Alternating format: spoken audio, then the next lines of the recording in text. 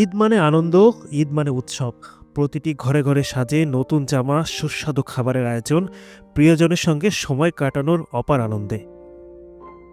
কিন্তু কিছু মানুষ আছে যাদের জীবনে ঈদ আসে নিঃসঙ্গতার চাদরে মোড়ানো এক ফাঁকা অনুভূতি নিয়ে। ভোলার নিজাম হাসিনা বৃদ্ধ নিবাসে থাকা ২২ জন বৃদ্ধের জীবন যেন এক রূঢ় বাস্তবতার গল্প।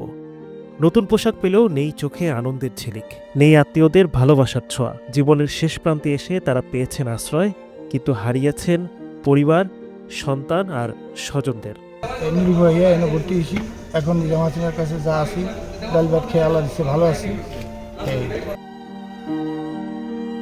ভোলার সদর উপজেলার আদর্শপাড়া এলাকায় প্রায় ১০ একর জমির উপর ২০১২ সালে গড়ে ওঠা নিজাম হাসিনা বৃদ্ধনিবাস।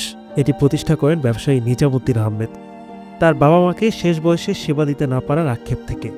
এখানে শতাধিক বৃদ্ধার ব্যবস্থা থাকলেও বর্তমানে রয়েছেন মাত্র ২২ জন।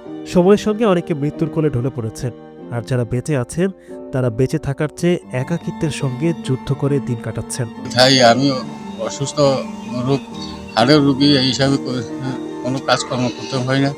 এতে জ্ঞানে ১.৫ বছর পর্যন্ত চাই। সন্তানের কাছে বোঝা হয়ে যাওয়া বাবারা এই বৃদ্ধ নিবাসের বাসিন্দা। তারা কেউ ফেরিওয়ালা ছিলেন, কেউ শ্রমিক, কেউ কৃষক, কেউ কেউ নিজের সন্তানের জন্য জীবন উৎসর্গ করলেও শেষ বয়সে তারা অবহেলার শিকার। এখানে আমার এটা উদ্বোধন এখানে আনা হয়েছে। এই ১১ সালে ইয়া ভর্তি হয়েছে এবং কত সালের হিসাব করে দেয়। ৮৫ বছর বয়সী মোহাম্মদ শহীদুল ইসলামের গল্প সেই চিরচেনা বাস্তবতার প্রতিচ্ছবি। ফেরিওয়ালা হিসেবে জীবন চালালেও বয়সের ভারে যখন কাজ করার শক্তি হারিয়ে ফেললেন, তখন সন্তানরা জায়গা করে দিল বৃদ্ধনিবাসে।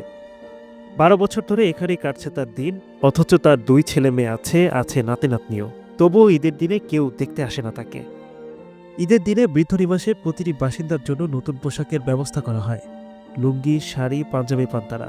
খাবারের তালিকায় থাকে বিশেষ আয়োজন, কিন্তু এসব পেলেও তাদের হৃদয়ের শূন্যতা কখনোই পূরণ হয় না। অনেক মুরব্বীরা এখানে আছে যাদের থাকার মতো কোনো জায়গা নেই, সন্তান থেকেও নাই। খুব খারাপ লাগলো দেখে যে আমাদের ভোলার মতো জায়গায় নিজাম হাসিনা ফাউন্ডেশনের মতো একটা বিদ্যানিবাস, এটা আমাদের গর্ব। নিজাম হাসিনা বৃদ্ধনিবাসের পরিচালক নিজামুদ্দিন আহমেদ তার ব্যক্তিগত কষ্ট থেকে এই প্রতিষ্ঠান গড়ে তুলেছিলেন। তিনি চান সমাজের বিত্তবানরা এগিয়ে আসুক, যেন আর কোনো বৃদ্ধকে একাকিত্বের কষ্টে দিন কাটাতে না হয়। এরাই আমার মা, এরাই আমার বাবা, এদেরকে আমি বাবা বলে ডাকি।